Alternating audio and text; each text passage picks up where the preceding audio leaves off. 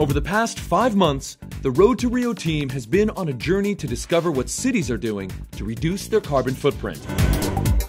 From Abu Dhabi to Mexico City, we've traveled through 2 continents and 5 countries. We've also seen how you're making carbon cuts where you live. And now we've arrived in Rio de Janeiro for the finale of our journey.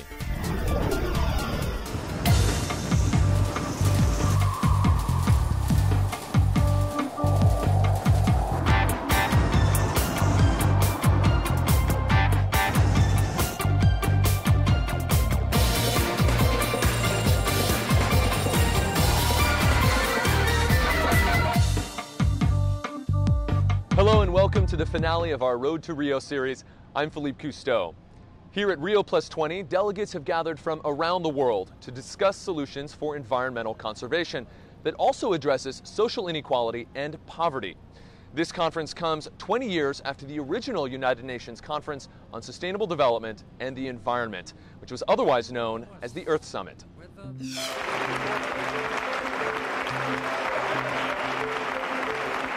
My grandfather, Jacques Cousteau, was a part of this prestigious group of leaders representing a wide range of viewpoints.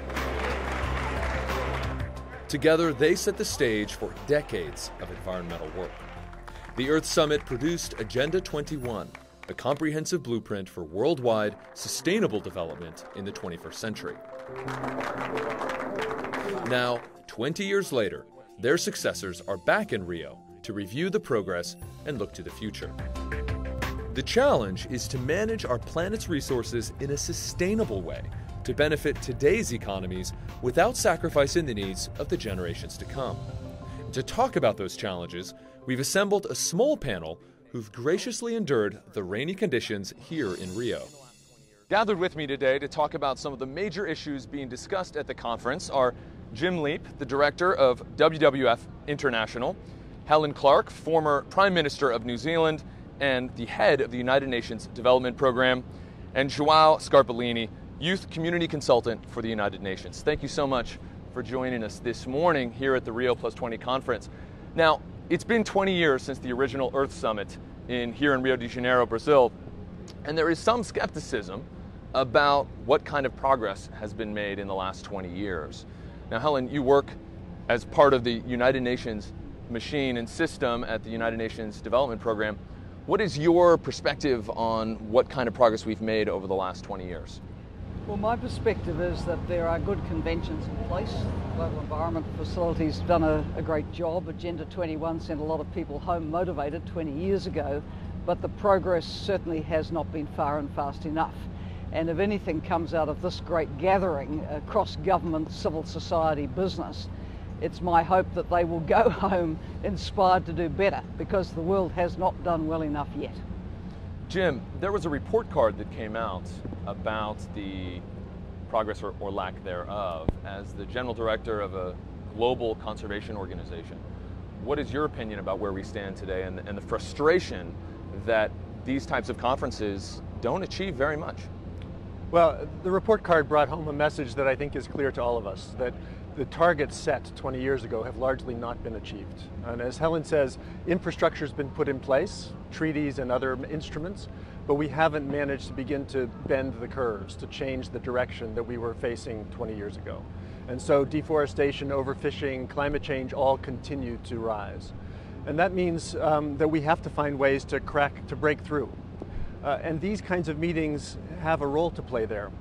Not really so much for the negotiations, because it's clear that it's very hard for 193 countries to come together and lead, but for galvanizing action by disparate actors.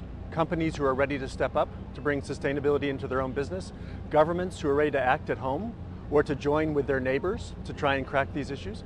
And you see a lot of initiatives like that that give us hope for the future.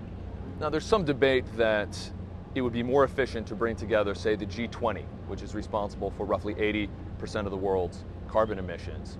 Do you agree with that, or do you believe that it is more efficient or more effective to bring together 190 plus countries? The problem with the G20 is, of course, there's more than 170 countries who aren't there, and they want a voice. The little guys and girls want to be heard.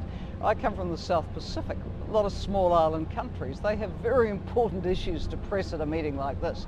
G20 is not a forum where they can have any visibility or presence, nor does the G20 have any implementation mechanism except to come back to the multilateral organisations and say, could you push this along? So we have to give these great summits meaning, and I think the huge interest in civil society, the growing number of businesses who want to do the right thing, not enough yet, but a growing number, and then really having these two forces put the pressure back on governments for the action at home that will make a difference.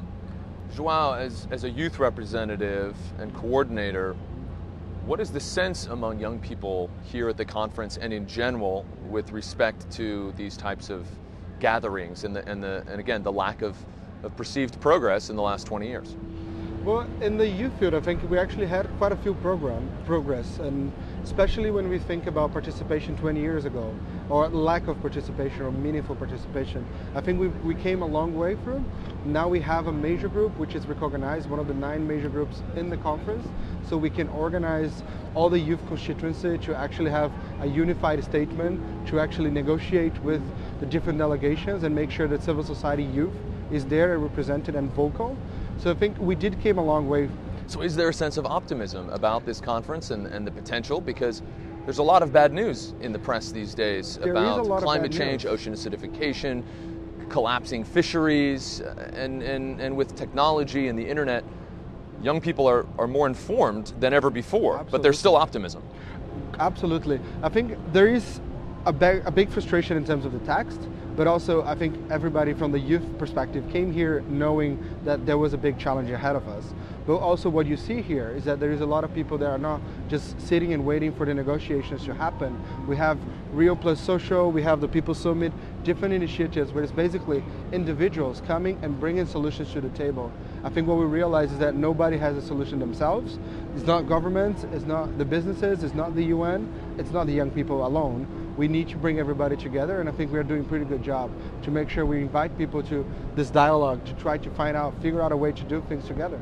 I think that's a really powerful message, that we don't sit around and wait for negotiators to agree on things. Each of us, by our own actions, can make a difference. Now, if we scale that up, eventually we force governments to move, but we shouldn't sit waiting. We can do things.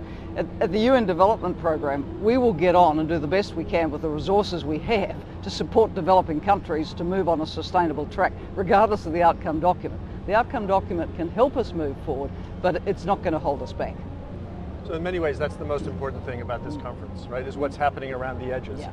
And the opportunity to showcase the great things that are being done by people who are just getting on with it, and to use that to inspire action by everybody when they go home, and to figure out how that kind of action goes viral.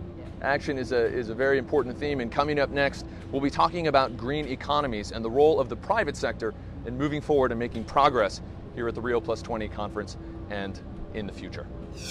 Every one of us, whether in official capacities or in civil society, aspire to the same goals. The same goal means that everybody, men and women, rich or poor, wherever you may be, including all these marginalized, vulnerable groups, should be able to live with dignity and in prosperity.